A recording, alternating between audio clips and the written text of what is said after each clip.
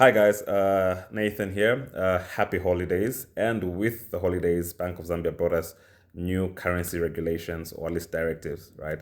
So to track back, on Friday, 26th December 2025, Bank of Zambia announced new currency directives that re-emphasize the kwacha as Zambia's sole legal tender. The key thing to note here is that these directives took effect immediately.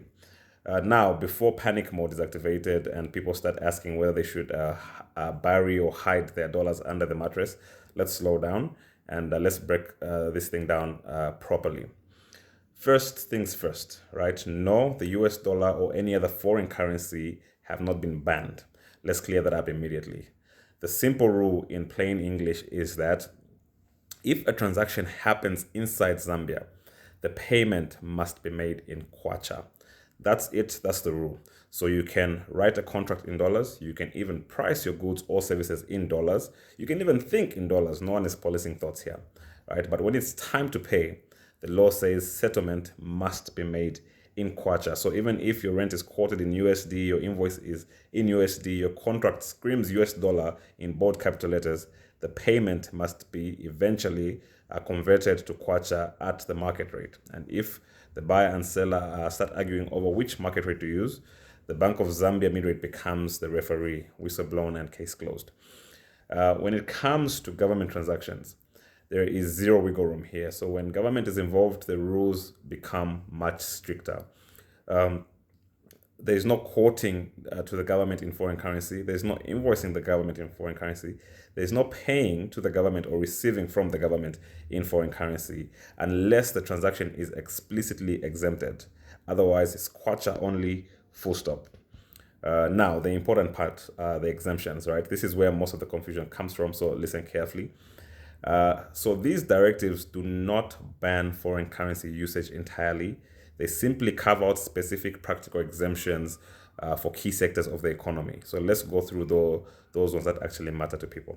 Number one, the mining sector. So in the mining sector, you can still make payments in foreign currency if it is related to, number one, like taxes remitted through Bank of Zambia from mining companies, the sale of minerals between companies, between mining companies, selling of specialized mining equipment, provision of engineering services, and technical services linked to mining. So all these can be transacted in foreign currency.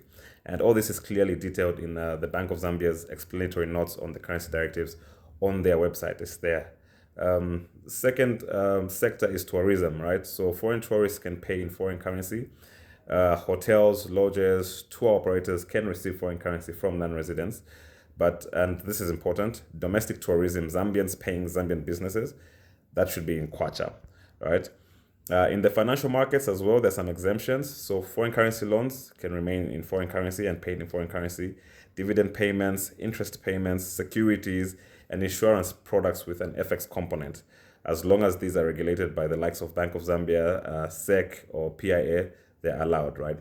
The other sector is the energy sector, electricity to be more specific.